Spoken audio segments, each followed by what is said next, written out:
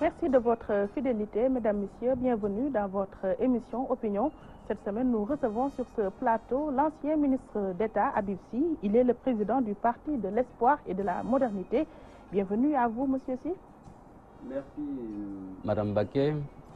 Comme toujours, c'est un plaisir de répondre à votre invitation et de me trouver sur votre plateau en ayant l'espoir que nous allons aborder des questions pertinentes et que les réponses serviront d'enseignement à ceux qui nous écoutent. Pour cela, on n'en doute pas. Et c'est un réel plaisir pour nous de vous recevoir sur ce plateau d'opinion. Habib Sy, brièvement, on retient que vous étiez le dernier directeur de cabinet du président Abdoulaye Wade lorsqu'il quittait le pouvoir en 2012. Tout à fait. Ancien maire de Linguère, vous avez créé votre parti, celui de l'espoir et de la modernité, Yaakaru Rewmi, en septembre 2017. Cela suffit-il pour vous introduire? Absolument, ça suffit largement. Je suis très sobre en matière de présentation. Merci. En considérant que vous êtes un chevronné commis de l'État, Habib Sy, pouvez-vous nous édifier sur ce qu'il convient d'appeler caisse d'avance ou bien fonds politique? Vous avez parfaitement raison. Moi, j'ai fait 33 d'administration. Quand je suis sorti de l'École nationale d'administration et de magistrature, j'ai servi un peu partout, au ministère du Commerce, aux Affaires étrangères, et directeur de cabinet du ministre d'État Abdoulaye Wade quand il était dans le gouvernement de majorité présidentielle élargie d'Abdou Diouf. J'ai occupé beaucoup de postes ministériels et puis, comme vous le dites, je suis le dernier directeur de cabinet du président de la République, Maître Abdoulaye Wade. Ouais. Enfin, je ne voudrais pas avoir l'intention de donner des leçons de finances publiques ou de droit administratif. Mais pour me résumer, on peut considérer la caisse d'avance comme ce que vous appelez fonds politique. Ah oui? C'est ce que vous avez dit, si j'ai bien compris.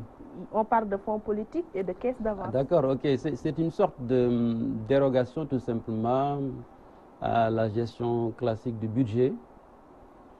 Et les fonds, comme vous l'appelez, la caisse d'avance, oui. C'est une caisse ou bien des fonds, un instrument attribué à une personne morale, si vous voulez, ou bien à une autorité, pour lui permettre de faire des dépenses d'urgence et avec un justificatif a posteriori.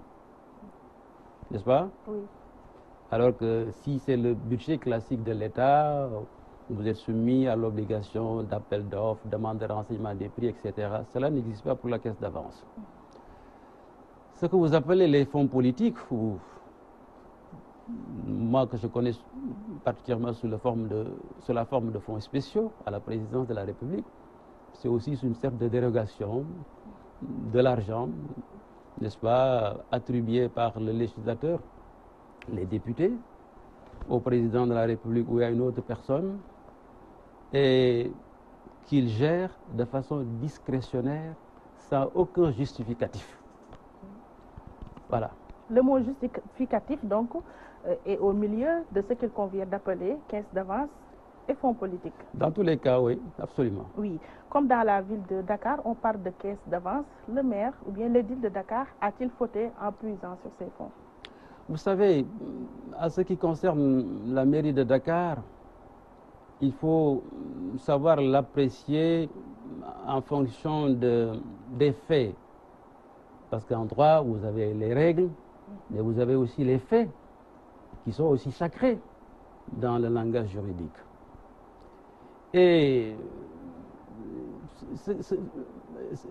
le litige actuellement autour de ces fonds, certains disent fonds politiques, fonds spéciaux, appelez-les comme vous voulez, ou bien caisse d'avance, c'est qu'il faut retenir que c'est un instrument budgétaire au service d'une fin, ici à la mairie de Dakar, oui, déterminée de façon tacite entre le pouvoir central et le maire de Dakar. Et dans ce cas, quelle est la fin qui a été prescrite à ces fonds? C'était de venir en aide à des citoyens qui sont dans des situations d'urgence, malades, qui nécessitent une évacuation peut-être à l'étranger pour se faire soigner, ou qui sont confrontés à des problèmes sociaux immédiats, n'est-ce pas? Et dont la solution ne peut en aucun cas attendre le respect des règles budgétaires classiques. Et c'est comme ça que ça a fonctionné, bien avant le maire Khalifa Sall, oui, jusqu'à maintenant. Alors, ce qui veut dire que quoi? Il y avait une acceptation par les pouvoirs publics ou bien par l'autorité, le chef de l'État même, si j'ose dire, que cet argent était destiné à être géré comme des fonds spéciaux en ne tenant pas en compte, n'est-ce pas, les règles de gestion orthodoxes du budget. C'est ça le fond du problème. Donc, si la fin de cet argent, c'était des fins, une fin ou bien des fins analogues ou similaires à des fins de fonds politiques ou de fonds spéciaux, mon cher, on a tout à fait raison de les appeler fonds spéciaux. Dans ce cas de figure, il faut comprendre que la fin justifie les moyens. Mais par conséquent, je ne vois pas de faute qui a été commise par Khalifa Sall. Et j'aurais souhaité d'ailleurs que le juge quand même rende une décision qui fait évoluer le droit sénégalais au lieu de s'enfermer dans une interprétation stricto sensu, comme on dit en droit, des règles de gestion budgétaire comme on les connaît de façon classique. Qu'il accorde une situation atténuante. Je dis, ça, il faut une bonne interprétation de cette caisse d'avance ou de ces fonds politiques. Alors pourquoi on nous sort ce décret 2003 du mois d'août? Mais c'est ce que je viens de vous dire. Oui. C'est-à-dire que c'est un instrument politique qui a été, l'instrument budgétaire, qui a été mis à sa disposition pour des fins bien déterminées. Ces fins, n'est-ce pas, pour lesquelles cette exception, ou bien pour lesquelles l'argent lui a été donné, c'est des fins qui sont similaires, identiques même, n'est-ce pas, à des fins de fonds spéciaux. Donc moi, très sincèrement, je les considère comme des fonds spéciaux. Bon, maintenant on les appelle des fonds politiques, ce que vous voulez. Moi, je préfère l'expression fonds spéciaux parce qu'à la présidence de la République où j'étais, la nomenclature c'est fonds spéciaux. Et c'est à la discrétion du président de la République. Il les gère comme il veut. Il ne rend compte à personne. Il n'y a même pas le cas pour le maire de Dakar. Il n'y a même pas de contrôle. C'est ce que je vous dis. Si vous considérez que ces fins sont analogues à des fins de fonds spéciaux, mon cher, ou bien ma chère madame, je ne vois pas de raison pour lesquelles on va imputer une faute au maire Khalifa Sall. Oui. Les avocats de Khalifa Sall récusent l'État du Sénégal comme partie civile dans ce procès. Êtes-vous d'avis? Mais bien sûr, parce que je ne vois pas en quoi l'État a subi un préjudice. Comme on dit en droit, il faut avoir intérêt à agir. Personne ne peut, à mon avis, me démontrer que l'État du Sénégal a subi un préjudice pour se constituer partie civile. Par voie de conséquence, je pense que les avocats de la défense ont tout à fait raison de récuser la possibilité pour l'État du Sénégal de se constituer partie civile. Et l'agent de l'État qui demande plus de 6 milliards? Bon, écoutez, vraiment, je crois que tout cela, c'est exagéré. C'est tout à fait normal compte tenu de leur position. À la limite, une position politique. Ah oui? Oui. Ce sont des magistrats pourtant. Oui, mais écoutez, le procureur de la République, il devrait plutôt entendre la voix du peuple, plutôt que d'entendre ou écouter l'inquiétude d'un parti politique ou d'un éventuel candidat à la présidence de la République. Et ça pose, à mon avis, un problème de fond. Nous avons une illusion dans notre système politique d'un régime présidentiel ou d'un régime présidentialiste où il y a une séparation nette des pouvoirs, alors que c'est faux. Le président de la République, il tire sa légitimité d'où? Du suffrage universel. Quand le peuple ne lui fait plus confiance, n'est-ce pas, à la prochaine élection, il le destitue. Idem pour les députés. Mais ici, la justice au Sénégal est consacrée comme étant un pouvoir. je me suis toujours posé la question de savoir d'où est-ce que la justice puise sa légitimité, à l'instar des autres pouvoirs. Et plus, le procureur de la République, d'où est-ce qu'il tire sa légitimité? Mais du pouvoir exécutif qui le nomme. Il est censé représenter le peuple, mais en réalité, il représente un pouvoir.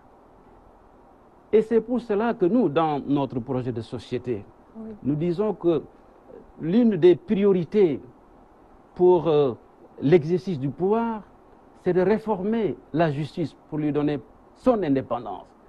Et lui donner son indépendance, c'est comme la Constitution considère ou consacre la justice comme étant un pouvoir, il faudrait au moins qu'il y ait un minimum de légitimité. Or, la légitimité, à mon avis, ne peut pas provenir d'une nomination, mais plutôt d'une élection. Comment? Par voie de conséquence, oui, on ne peut pas dire que tous les magistrats seront élus, mais au moins pour les hautes juridictions, Cour suprême, Conseil constitutionnel, etc., on peut avoir une procédure de nomination de ces juges. Donc par leur père. Et ensuite, il faut que le président de la République quitte le Conseil supérieur de la magistrature. Ça, c'est le premier acte qu'il faut poser. Mais nous allons plus loin dans notre proposition. On se dit que quand vous bénéficiez d'une légitimité, ou bien quand vous êtes un pouvoir, il faut que celui qui vous confère la légitimité puisse vous contrôler. Par voie de conséquence, nous disons, notre parti, qu'il faudrait qu'il y ait un organe extrajudiciaire, n'est-ce pas, constitué par des professeurs de droit, tout ce que vous voulez, journalistes, même paysans, si c'est nécessaire, pour pouvoir veiller sur la probité de la justice et des magistrats. Si on le fait, je crois qu'on aura une justice indépendante. Tout ce que l'on dit là comme réforme, je crois que c'est la priorité, parce que la justice, c'est le pilier de la démocratie.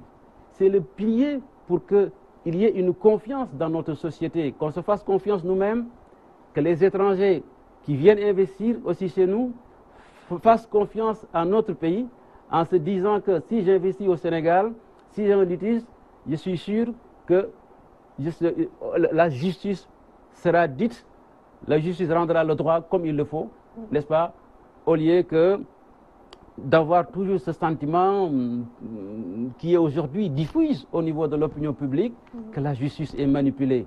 Or, je sais la valeur des magistrats de ce pays. Oui, dans cette justice, parce que j'ai fait ma formation, je suis un juriste de formation, oui, je suis sorti de l'École nationale d'administration et de magistrature, nous avons la même formation, je n'ai pas le droit, n'est-ce pas, je ne devrais pas avoir moi le droit de douter de la qualité de ces magistrats. Je sais qu'ils ont une bonne...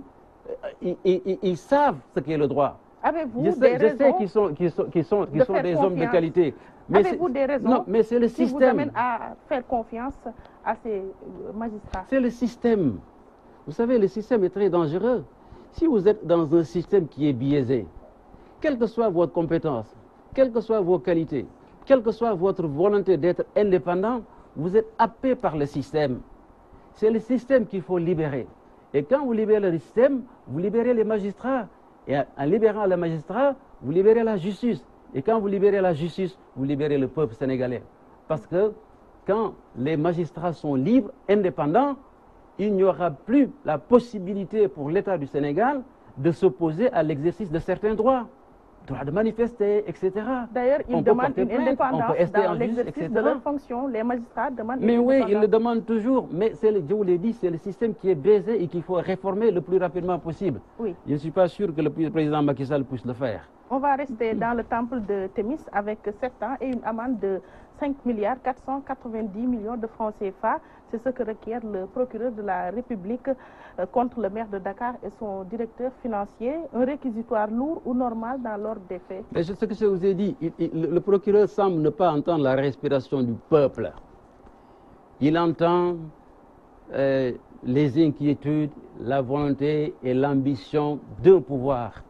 C'est ça qui est dangereux. Mais en réalité, ce n'est pas lui qui va rendre la justice. Ce n'est pas lui qui va donner la sentence. Ce n'est pas lui qui va donner la décision. Oui. C'est le juge. Bon, le juge qui va donner la décision, est plus indépendant que le procureur de la République. Comme on dit, ce sont des magistrats du siège, n'est-ce pas? Comment il peut être plus indépendant que le procureur alors qu'au Conseil supérieur de la magistrature, il y a le chef de l'État? Oui, c'est différent. Même du point de vue de l'inamovibilité, il y a des différences. Leurs missions sont différentes. Oui. Le procureur de la République, censé représenter le peuple, etc., défendre l'État, etc., n'est-ce pas? Le ministère public, il dépend du ministère public, etc., du ministère de la Justice, garde des Sceaux, etc., alors que le juge, lui, il bénéficie d'une certaine indépendance s'il le veut. Mais, toujours comme je l'ai dit, le système est fait de telle sorte que même l'indépendance de ce juge, n'est-ce pas, assis, peut être mise en cause. Mais vu le déroulement, oui. Le déroulement, j'ai assisté quand même à une partie du procès. Oui. Nous avons bon espoir que ce juge, Lamotte, qui a une bonne réputation, ne va pas jouer sur sa réputation. C'est très important. Parce que l'histoire est là, on va encore raconter cette histoire. Et c'est pour cela, quelle que soit la position dans laquelle vous êtes, n'est-ce pas, vous devez toujours essayer de sauvegarder un certain nombre de valeurs. Ouais. D'autant plus qu'aujourd'hui, partout au Sénégal, on décrit l'affaissement des valeurs à l'école, dans la rue, les taxis, les véhicules, partout. Oui. Alors, il faudrait qu'il y ait dans cet ensemble décrié qu'il y ait des hommes qui puissent relever la tête. Oui, toutefois, et j'ose espérer que le juge Lamotte en fera partie. On attend de voir. Le chef du parquet a presque disculpé les deux percepteurs. Est-ce admissible? Mais ça, on l'a décrié depuis longtemps, c'est incompréhensible. C'est même inacceptable. Moi, je ne comprends pas. Parce que ils ont... Ce qu'ils reprochent à Khalifa Sall, n'est-ce pas, le maire de Dakar, c'est ce qu'on reproche à ces deux personnes. Ou du moins, oui. S'ils reprochent à Khalifa Sall comme étant le principal qui a fauté, les autres, il faut au moins les considérer comme des complices. Je ne comprends pas que le procureur puisse prendre, n'est-ce pas, faire un réquisitoire de cette nature, mais attendons de voir ce que le juge va décider. Oui. Étant cité comme témoin en faveur de Khalifa Sall, pourquoi vous n'avez pas comparu au cours du procès? Ben, madame, je suis bien à l'aise le jour, vendredi. Et puis, il y a eu un appel, je n'ai pas été appelé. Oui. J'ai entendu le juge dire que certains parmi nous qui ont été cités comme témoins à décharge par la ville de Dakar, l'objet pour lequel on a été cité a été pris par certains témoins de la défense, donc il n'était pas nécessaire que l'on se présente. Oui. C'est la décision du juge. Comment vous l'accueillez, cette décision? Eh bien, je l'accueille parce que c'est une décision de justice. Hein. Je n'y peux absolument rien. J'aurais bien voulu témoigner. Hein. Oui, vous abdiquez? Ah non, je n'abdique jamais. Moi, tout ce que je peux faire de façon légale pour que Khalifa Sall soit libéré et pour que triomphe la justice et la démocratie, je le ferai. Oui. En attendant les plaidoiries de la défense et le délibéré du procès, avez-vous l'intime conviction que le maire de Dakar et ses co-accusés sortiront libres à l'issue? En tout cas, c'est ce que je souhaite en tant que citoyen. C'est ce que je souhaite en tant que responsable politique. Mais ce n'est pas ce que souhaite Macky Sall et la PR et le Benno Bokk Yakaar. Pourquoi vous parlez de Macky Sall? Mais parce que tout simplement, en écoutant le réquisitoire du procureur de la République, qui est télécommandé, si j'ose dire. Comment? Mais je vous l'ai expliqué tout à l'heure, il dépend de façon absolue du ministère public, du ministère de la Justice, qui est un responsable politique, qui dépend du président de la République, qui est un responsable politique, qui a l'ambition d'avoir un deuxième mandat.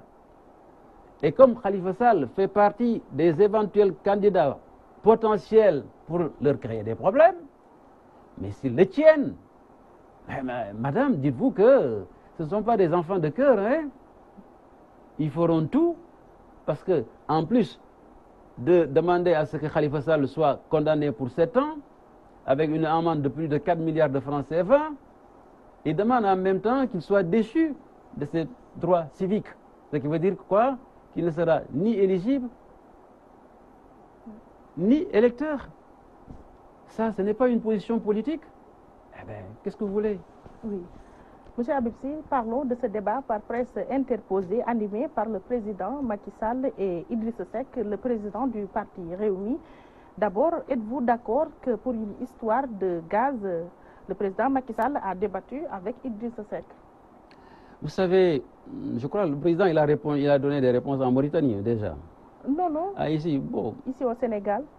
Vous savez, je crois que la communication au niveau de la présidence laisse à désirer, très franchement. Ah oui? Idrissa Seck a raison. Lui, c'est un homme politique de l'opposition. Il a une ambition présidentielle, il ne s'en cache pas. Par conséquent, si le Sénégal signe un accord, on sait bien tous, nous tous, comment ça se passe, etc. Oui.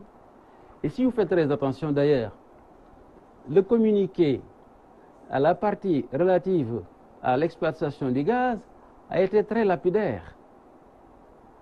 Si vous comparez ce communiqué, par exemple, oui, au communiqué du troisième conseil interministériel intergouvernemental entre la France et le Sénégal, ce communiqué était beaucoup plus explicite quand vous le lisez. Vous comprenez au moins l'essentiel des accords qui ont été signés. Mais ici, on n'en sait absolument rien. C'est vrai que ça va passer à l'Assemblée nationale pour que cette Assemblée nationale autorise le président de la République à ratifier, etc. Oui, mais comme les collaborateurs du chef de l'État refusaient à Idrissa Seck un débat entre lui et Macky Sall, finalement, le président a... Mais c'est un débat. Répondu à c'est un débat par presse interposée, qu'on le veuille ou non. Oui. Et la subtilité d'Idrissa Seck a permis, n'est-ce pas, que le président de la République puisse débattre avec lui, par presse interposée, même si ce n'est pas autour d'un plateau, n'est-ce pas? Et c'est ça, à mon avis aussi, ça participe à l'animation de la démocratie. Toujours quand c'est en interne. Mais je n'ai pas apprécié la façon dont le président s'est comporté à l'étranger, en Mauritanie, très franchement. Pourquoi? Mais c'est une erreur de communication très grave. Laquelle? Vous savez, quand vous êtes à l'étranger, le président de la République, à l'étranger, le président incarne plus l'État que s'il est au Sénégal. À l'étranger, vous incarnez plus la nation que quand vous êtes sur le territoire national. Donc, ce n'est pas l'occasion de faire des invectives en vous posant comme chef des opposants à l'opposition, alors que à l'étranger, dans un système de véritable démocratie, le président de la République pourrait même être le porte-parole de l'opposition. Souvenez-vous, à l'époque de la naissance du Parti démocratique sénégalais, à une des conférences de l'Union de l'unité africaine, le président Léopold Sédar Senghor était le seul, après la réunion, à continuer à voyager à travers le monde. Des journalistes l'ont interviewé. Ils ont dit, Monsieur le Président, on ne comprend pas. On est à l'époque des coups d'État en Afrique. Vous, après la réunion des chefs d'État de l'OUA, vous permettez de faire des voyages à travers le monde, alors que tous vos autres collègues sont rentrés.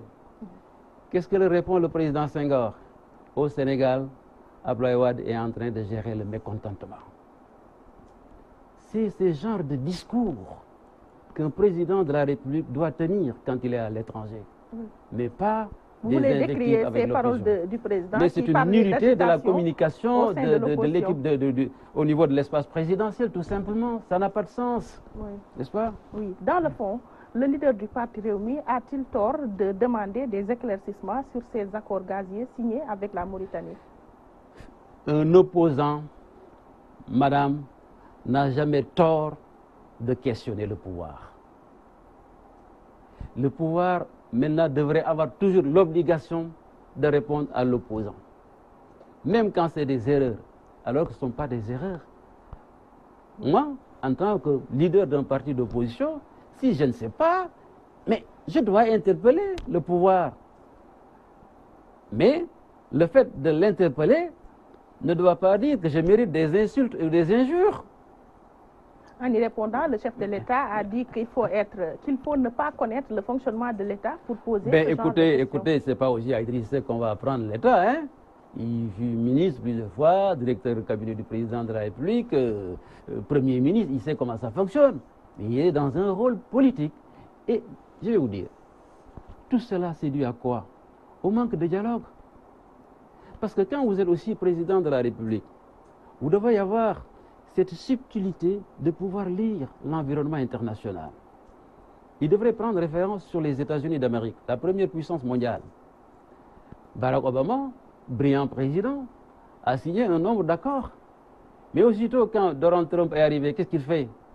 Il est en train de remettre en cause tout l'essentiel des accords qui ont été conduits par le président Obama. Il a abrogé beaucoup de décrets. Parce que tout simplement, peut-être, il n'y avait pas suffisamment de concertation, de dialogue entre les républicains et les démocrates pour que les républicains puissent s'approprier l'essentiel ou le contenu de ces accords.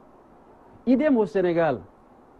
Moi, aujourd'hui, demain président de la République, il est certain que je mets de côté le PSE parce que je ne suis pas convaincu.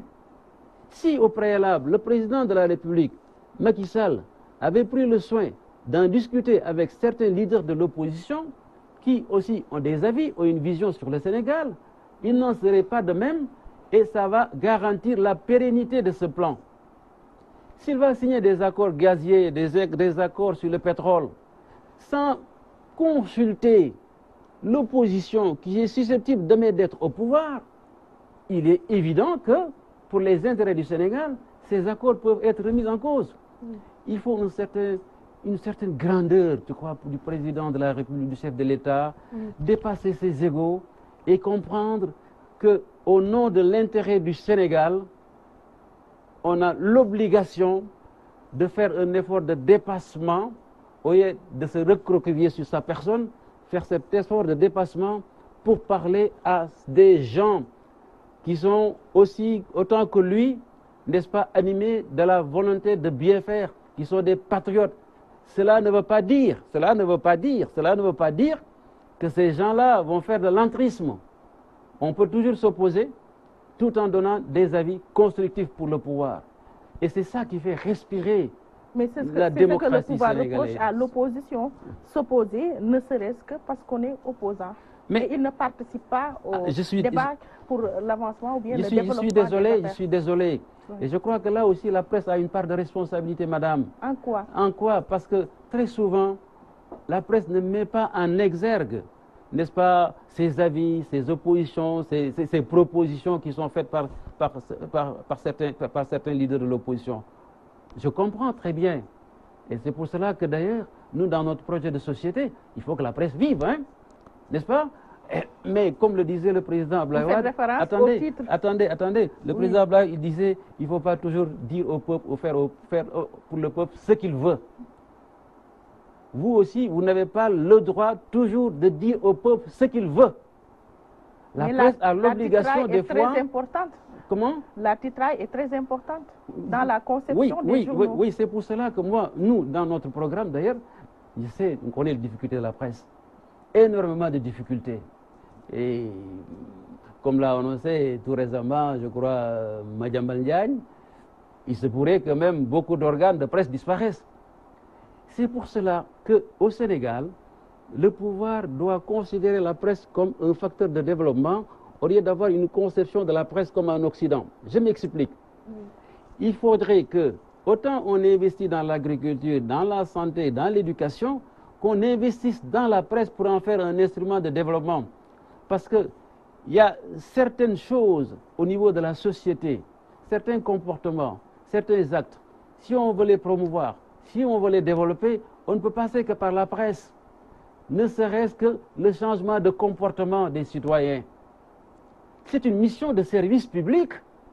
Et si la presse peut aider à régler ce problème, autant on donne des subventions consistantes à des écoles privées, autant on devrait pouvoir le faire pour la presse. Et ça, tout en vous laissant votre indépendance. Mais pour l'intérêt de la nation, pour l'intérêt du pays, il faut que cette presse soit aidée pour qu'elle puisse vivre, survivre et aussi participer à la promotion du progrès et du développement de ce pays. Mais si on laisse la presse comme ça, se débrouiller, avec les difficultés, on a 14 millions d'habitants, je ne sais pas, 25 organes de presse, etc., autant de télévision et de radio, la concurrence est féroce. C'est de la démocratie. Oui. Une forme de démocratie. Oui, dans cette démocratie, l'État c'est quoi? Moi, je suis un libéral. Quand il y a le jeu de marché, l'État aussi doit être un régulateur. Et cette régulation doit pouvoir se faire au niveau de la presse comme nous le préconisons. Mais laisser comme ça, n'est-ce pas? Vous allez toujours chercher la titraille, n'est-ce pas, qui choque, qui fait le buzz, etc. pour pouvoir vendre. C'est tout à fait normal. Donc, cela fait partie des règles du jeu. Oui, oui. D'où pour nous, il y a une responsabilité de l'État. Donc, comme il y a une responsabilité de l'État dans cette multitude de partis politiques au Sénégal. Mais là, vous savez, moi je le dis toujours, on me dit qu'en France, il y a plus de 400 partis. Je crois autant aux États-Unis. Je suis d'accord pour le filtrage, pour les électeurs. Je suis d'accord pour le filtrage. Mais il faut que ça soit consensuel. Vous ne pouvez pas le faire avec les partis les moins représentatifs, en laissant les partis qui sont les plus représentatifs. C'est là où se trouve le problème. Oui. Mais absolument, il faut qu'il y ait un filtrage. Mais le filtrage ne doit pas se faire sur la base de l'argent.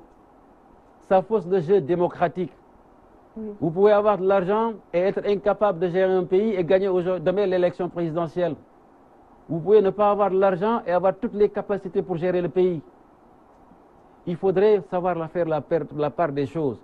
Mais cela, il faut que cela se discute. Oui. Mais pour que cela se discute, il faut qu'il y ait la confiance entre l'État et le pouvoir. Oui. Or, malheureusement, l'État et l'opposition, oui. Malheureusement, du fait du comportement de l'État, l'opposition ne lui fait pas confiance. Dans cette optique, à l'orée de la présidentielle de 2019, avez-vous l'impression que le candidat Macky Sall veut choisir ses adversaires? Pour comprendre, le candidat du Parti démocratique sénégalais, principal parti de l'opposition, Karim Wade, est en exil.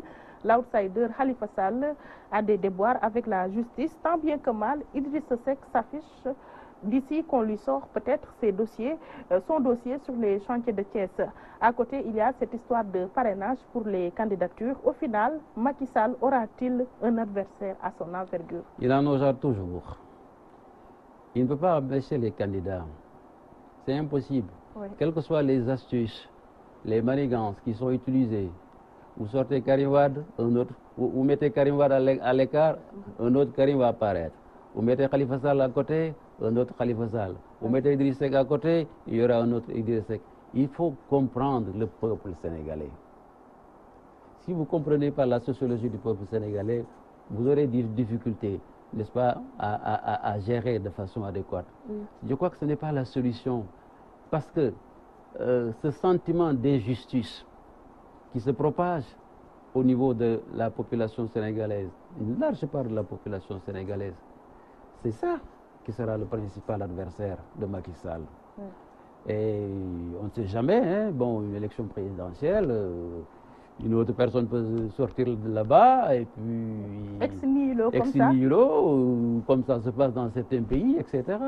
Vous savez, on a un an, hein, il peut se produire énormément de choses. Il ne faut pas se tromper. En France, on a eu le cas d'Emmanuel Macron. Macky Sall, lui aussi, on a eu le cas de Macky Sall au Sénégal, hein, personne ne le voyait venir. Oui. Mais ça peut se passer au Sénégal. Il a quitté depuis 2008, 4 ans avant la présidentielle. Oui, même en 2012, au premier tour, personne ne le voyait venir. Il faut faire très, très, très attention et ne pas se laisser emporter par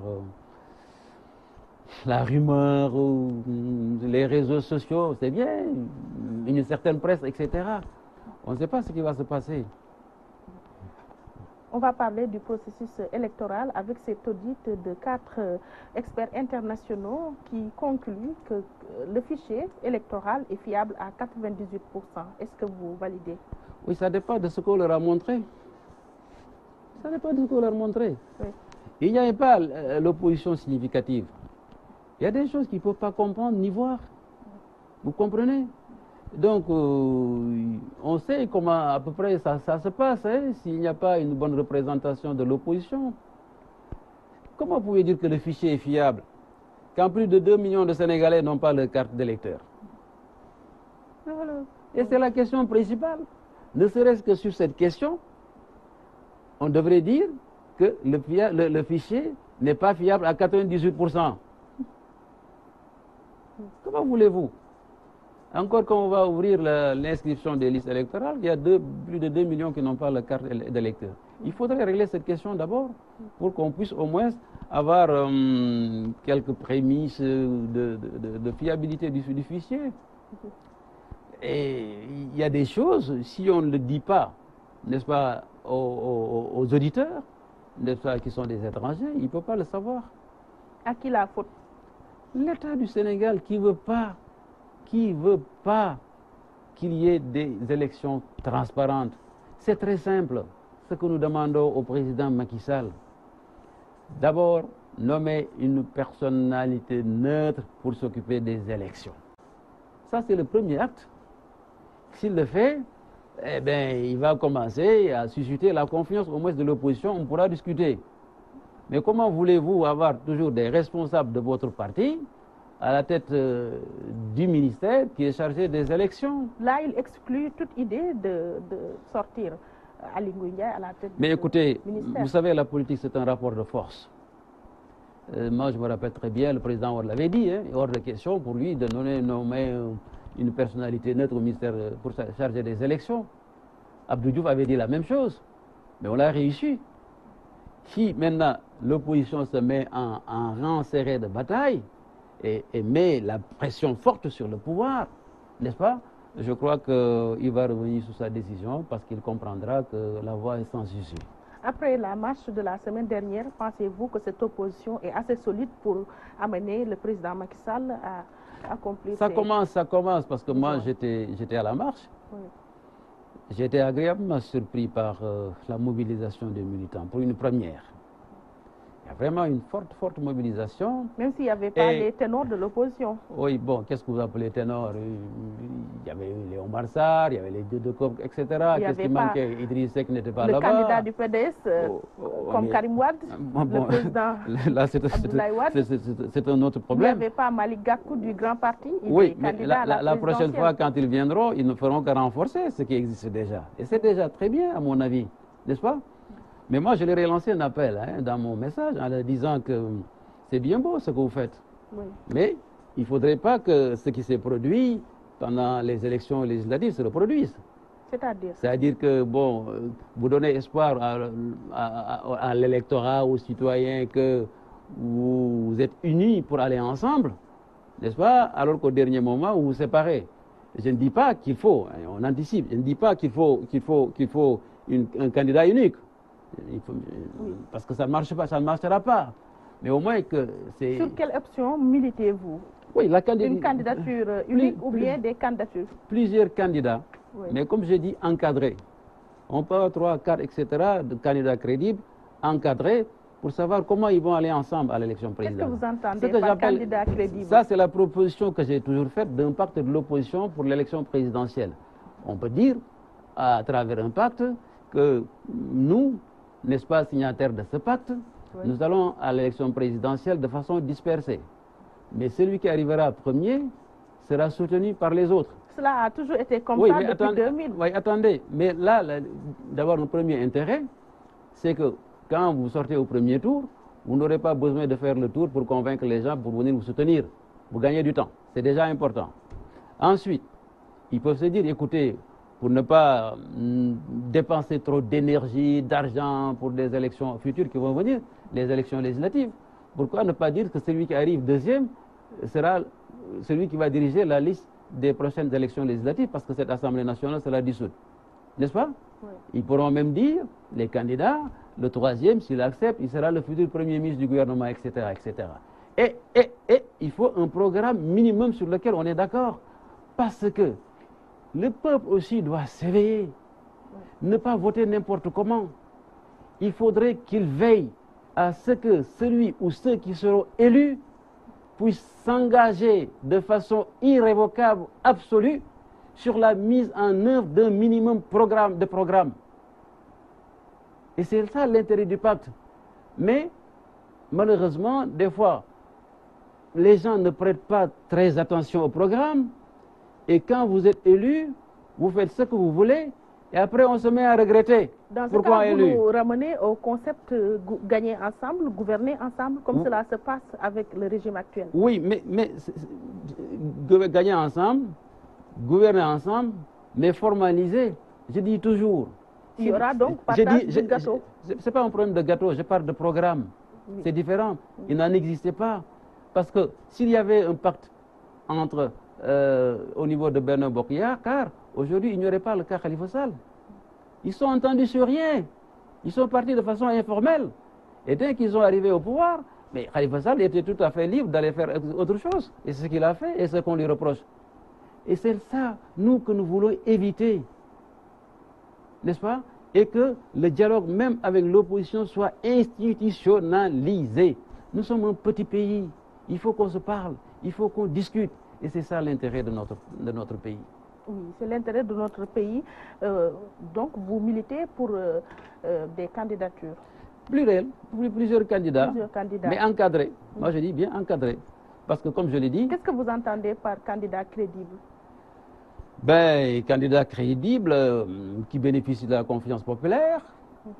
Bon, des gens qui ont une certaine expérience, n'est-ce pas, de l'élection présidentielle, qui ont une expérience de l'État, qui ont fait leurs preuves, etc. Oui. Susceptibles d'avoir une légitimité ou bien un électorat qui pourrait empêcher aux candidats au pouvoir de passer au premier tour. Sous ce registre, Idrissa Seck sort du lot. Oui, vous pouvez le dire comme vous voulez, il sort du lot parce que Idrissa Seck, il était déjà candidat à deux reprises, Premier ministre, il a tous les atouts, n'est-ce pas? Oui. N'est-ce pas? Idrissa Seck est un candidat crédible. Personne ne peut le constater, ne peut le contester. Donc une bonne frange de l'opposition peut être derrière Idrissa Seck à la présidentielle. C'est pour cela que je parle du pacte. S'il y a le pacte, ça va faciliter tout cela. Il se pourrait même que certains, après, bon, puissent désister au profit d'un autre. Oui.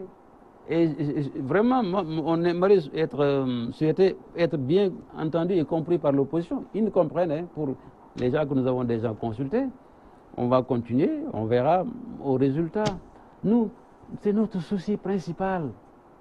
Parce que quand vous êtes ensemble, quand vous êtes un pacte, si vous avez un pacte, ça va jouer sur la psychologie de l'électeur. Il y avait les assises nationales en 2012. Mais c'est différent, les assises, ça c'est un prolongement des assises. Les assises, il n'y avait pas de pacte. Il y avait un diagnostic tout simplement de la situation économique, sociale, politique, culturelle du pays, etc., avec des propositions. Mais ils n'ont jamais dit comment il fallait aller à l'élection présidentielle. C'est ça que nous voulons éviter. Et si l'électeur le sait, il aura beaucoup plus d'espoir pour soutenir les candidats de l'opposition. Et je vous le jure, je l'estime au moins, du moins, s'il y a ce pacte, le président, le candidat Macky Sall ne pourra absolument pas avoir la majorité au premier tour. Il faut qu'il aille au deuxième tour.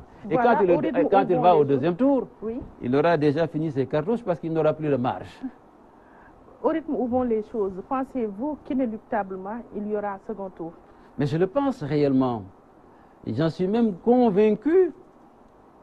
D'abord, vous fondez sur quoi? D'abord en analysant les résultats des élections législatives, où le pouvoir n'a pas la majorité. Ensuite, cette rétention pratiquée sur les cartes d'électeurs, oui, c'est quoi? C'est l'expression d'une peur. Parce qu'ils ils doutent, ils ne savent pas.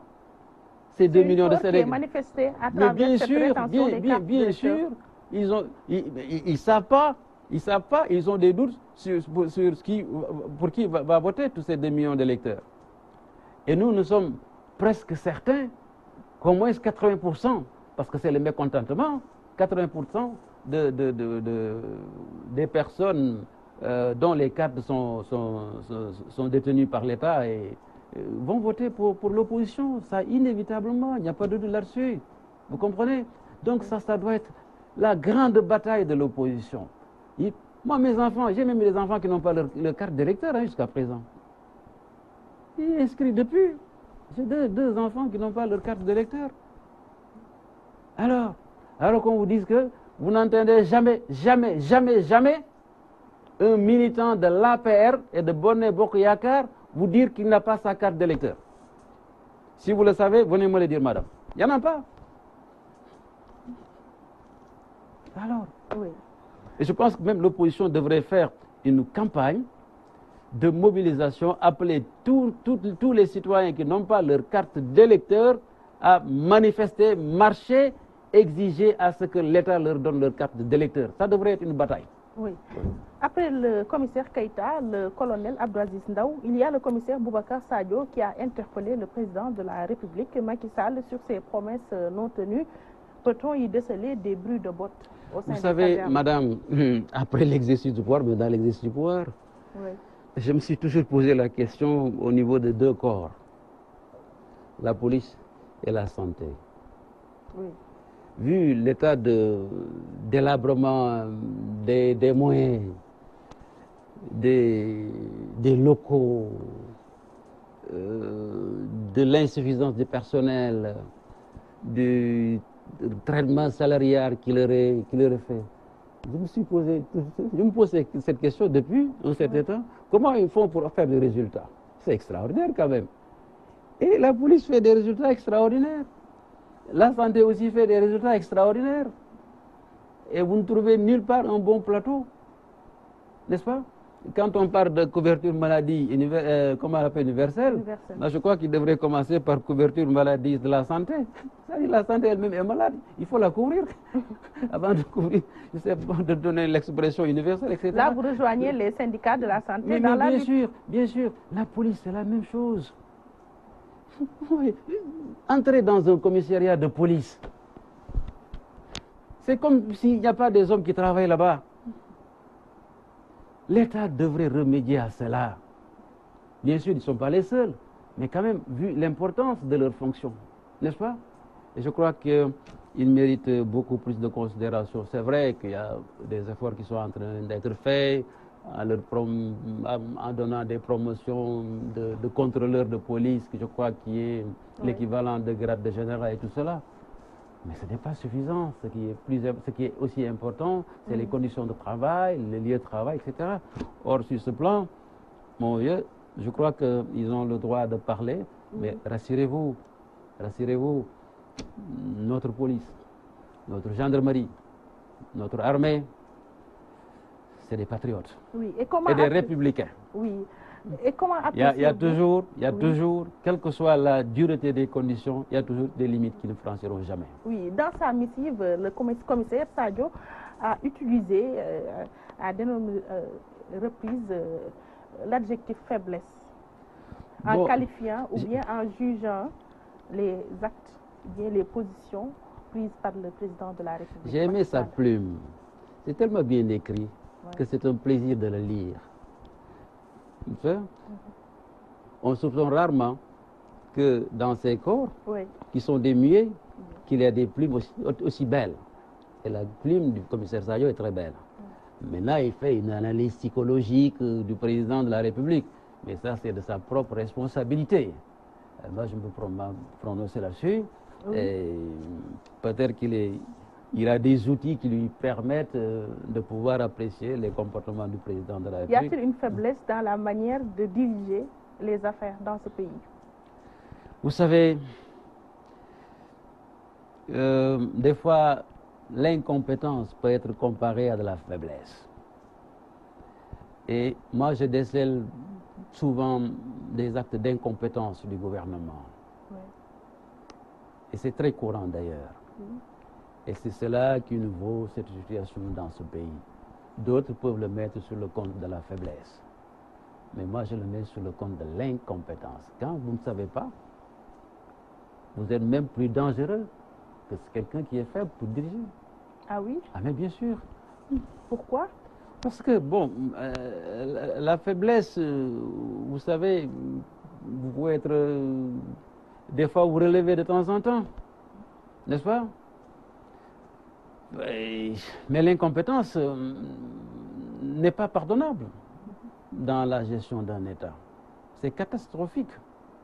Et c'est ce que vous trouvez dans le nôtre? Oui, madame.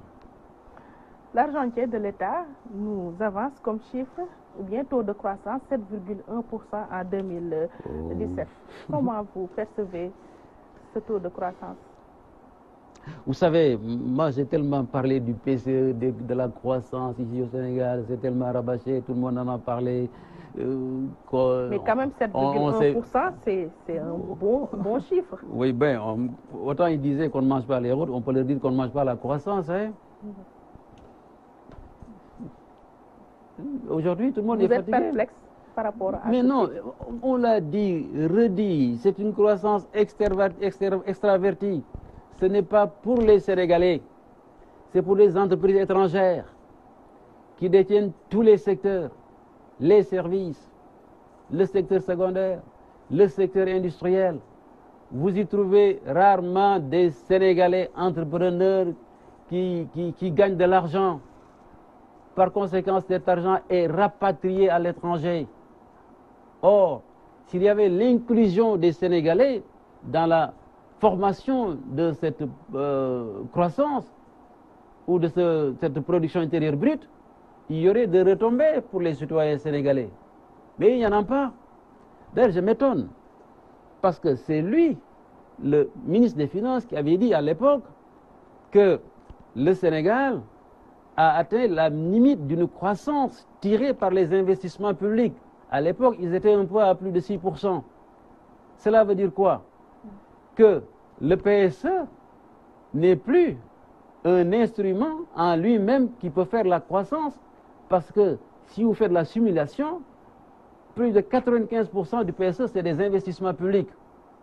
Or, le PSE devrait avoir comme objectif principal l'attraction de l'investissement direct étranger, et avec bien sûr la possibilité de joint ventures avec des entrepreneurs sénégalais.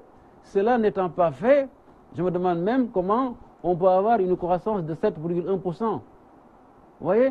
Oui. J'en doute. Mais là n'est pas le problème. Moi, je préfère une croissance de 3% inclusive et répartie sur l'ensemble de la population sénégalaise que d'avoir une croissance de 10% qui s'envole après pour les étrangers. Ça n'a aucun sens. Oui. C'est ça le problème de fond. Oui.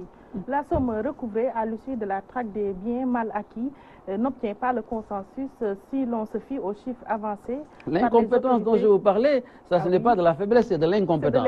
Mais ils ne savent même pas lire les chiffres entre eux. Oui. Ils ne savent même pas lire. Touré avance 200 milliards. Mais c'est grave quand même. Le porte-parole du gouvernement, 152 milliards. Ils ne savent même pas lire les ressources budgétaires. Et ils prétendent nous diriger. C'est de l'incompétence. Parce que Mimi Touré, Premier ministre, ministre de la Justice, n'est-ce pas? Seydou Gueye, c'est le porte-parole du gouvernement. Amadou Ba, c'est quand même le ministre de l'économie et des finances. Il n'arrive même pas à harmoniser.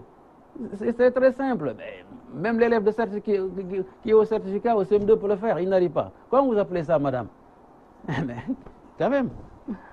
Au-delà du scandale sexuel qui éclabousse l'ONG Oxfam, n'y a-t-il pas lieu d'être plus regardant sur le recrutement au sein des organisations internationales? Ah oui, c'est un problème. Moi, je me rappelle quand on était au pouvoir, hein, bon, le premier président Wade s'insurgeait des fois contre certaines ONG qui veulent prendre leur liberté. Mais écoutez, ces ONG-là, bon, comment vous voulez venir dans un État et vous considérez comme indépendant de cet État, où vous faites ce que vous voulez, on ne vous contrôle pas, vous allez dans la brousse, etc.